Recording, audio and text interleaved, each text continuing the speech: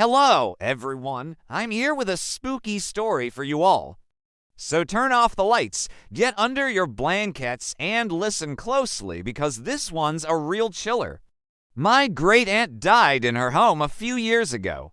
My cousin's daughter told them she was scared and wanted to sleep in her parents' room that night. My cousin agreed and sent his son to check out the noise. When he came back downstairs, he told his parents he didn't hear anything. She told them that she didn't want to go to school that day. Her parents told her that she couldn't miss another day of school and reminded her that she had to be brave. They were both scared, but then they heard a blood-curdling scream from upstairs. They grabbed a baseball bat and slowly made their way to the top of the stairs.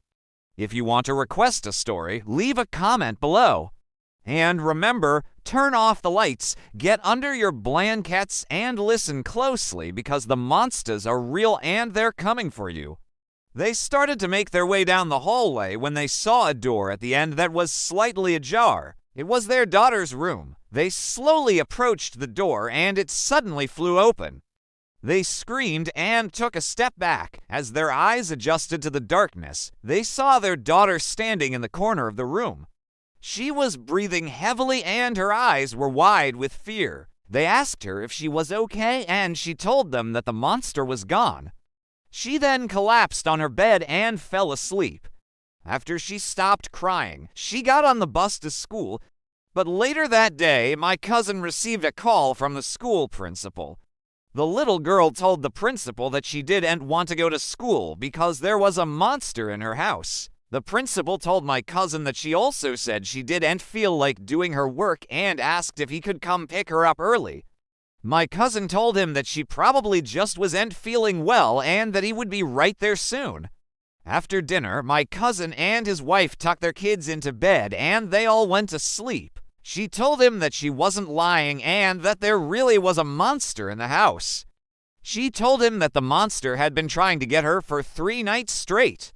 Little did they know that they wouldn't be coming back that night. As they were driving to their parents' house, they received a call from the police. The police told them that they had received a call from a neighbor stating that their house was on fire. When the firefighters arrived at the scene, they found the home completely engulfed in flames. Sadly, the home was a total loss. But what's even sadder is that a teddy bear was found in the rubble. A teddy bear that belonged to my cousin's son. She also told him that she wasn't scared of the monster because she knew that he would protect her. My cousin hugged her and told her that he would always protect her too. The home was then left to my cousin and his family. My cousin has 2 children, a boy and a girl. The girl is around 10 years old and the boy is around 8. Before I continue, just a warning, this story may be scary or disturbing to some listeners. If you are easily scared, I suggest you stop listening now. If you would like to request a story, leave a comment below. And if you like the story, please leave a like and subscribe. Now let's begin. One night, my cousin's family was eating dinner when they heard a loud crash from upstairs. In the middle of the night, my cousin was awoken by his daughter screaming. He and his wife immediately got up and ran to their daughter's room, but she was sleeping peacefully in her bed.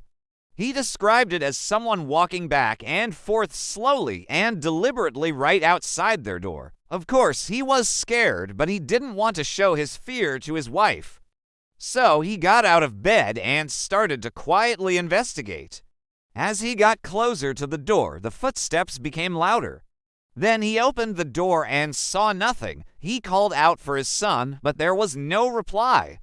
He checked the boy's room and the footsteps started again. My cousin followed the sound and found his son standing in the corner of the room. When he asked him what he was doing, the boy replied that he was scared. My cousin comforted his son and told him that he was proud of him for being so brave.